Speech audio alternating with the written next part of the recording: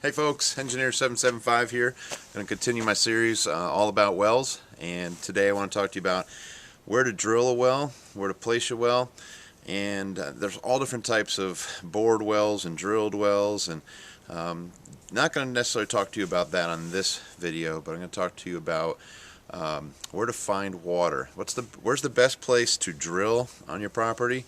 I've heard some horror stories of people drilling expensive wells on their property and spending upwards of $16,000 and not hitting any water, and that's very discouraging.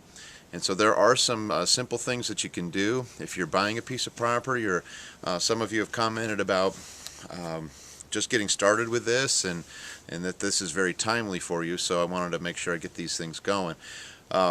You can drill in places that are more apt to have a lot of water, a good recovery rate, a good recharge rate, and it's called a recharge area, and we'll talk about that. And basically what I want you to think about is, of course it depends on how much property you have, but if you could get a topo map of your property, and if you know your property well, or you're considering buying a piece of property, make sure you get a topo map of the property. You've walked it many, many times. You know the lay of the land. You've kind of picked out where you want to put your home, where you want to put your barn, where you want to put your pastures. But don't forget the placement of your well. It's very important for many reasons. There are trade-offs. You know, if I move my well too far away from my house, then it's going to cost me a lot of money to run the wire there, the power there. Maybe. I mean, if you could put your well in a place where you only have to drill 200 foot deep, versus wanting it next to your house where you have to drill 700-800 foot, there's a trade-off in wire right there. And so anyway, finding water, it is pretty logical. Based on just looking at your topo map or walking your property, you can find where there are valleys or draws, and those are areas where the sedimentary rock, the bedrock, is going to be more conducive to capturing water. And that's what you want to do. You want to hit, if you're drilling a well, hitting these fractures in bedrock. Now everybody's hydrogeology is different. Your location, you might have limestone or shale or schist, mica schist. You could have, and I'm going to put up a slide on the different types of rock. In my area, it's called gneiss. It's a high-grade metamorphic rock, and that's what you want to hit here.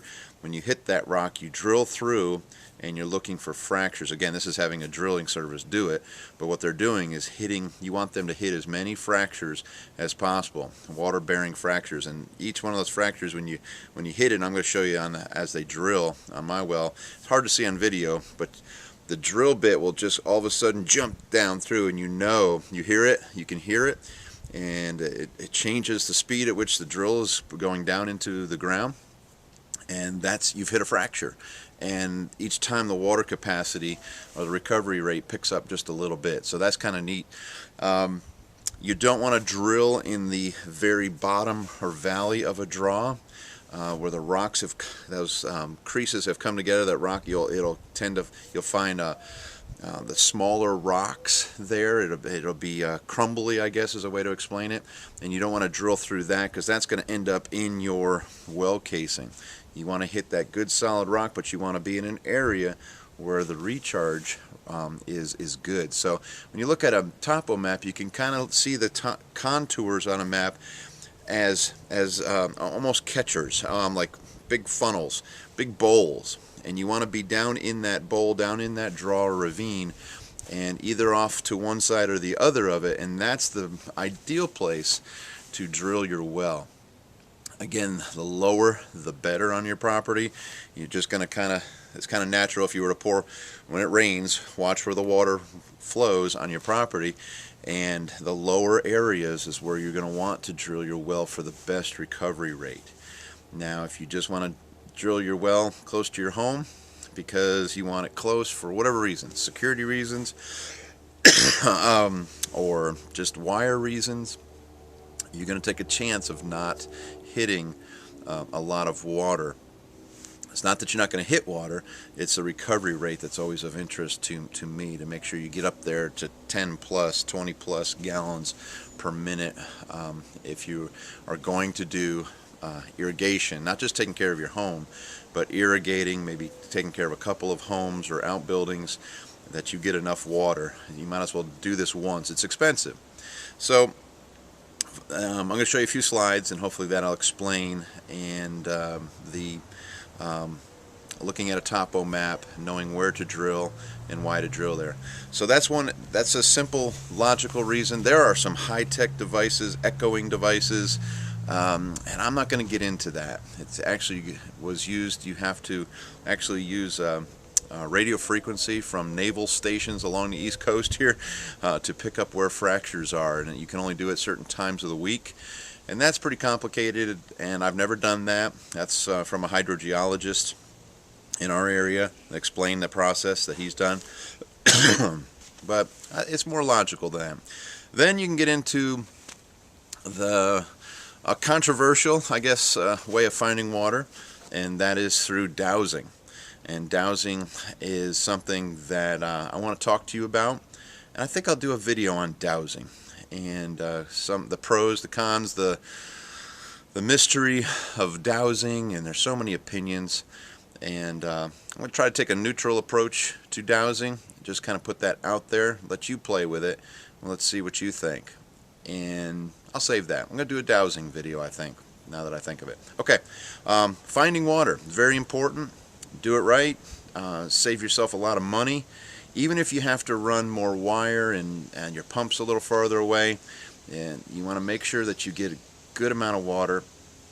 And one of the critical things for me as a prepper is finding a well, if you can do it, on your property that has a static water level under 30 feet. And I was able to do that here. It took me some measuring, figuring, debating, and there's a trade-off. A static water level under 30 or running 1,000 foot of wire to my pump. And as a prepper, I like to have a static below 30 because if everything fails, I have no access to power, my generator fails, I can always suck water out of that well with an old pitcher pump. And so that was of a consideration for me in determining. And I was pretty fortunate that I got within 5 feet of my static water level. So I did hit a 22-foot static. Very, very happy with that. But it took some homework, took some measuring, took a test hole, and you're not always going to get that, but if you can, and that's a great peace of mind to know that no matter what, yes, the well's 300 foot deep, but the static water level is the water's down 22. I know I can get water out of there for my family, for livestock, with just an old pitcher pump with a couple leather gaskets. So things to consider: your static water level, the trade-offs on wire size and length and cost, the amount of recovery rate that you're looking for, how many gallons per minute does that well produce is another way of saying it, and knowing where to drill in a draw or a ravine, but not right in the center of that, and know your hydrogeology.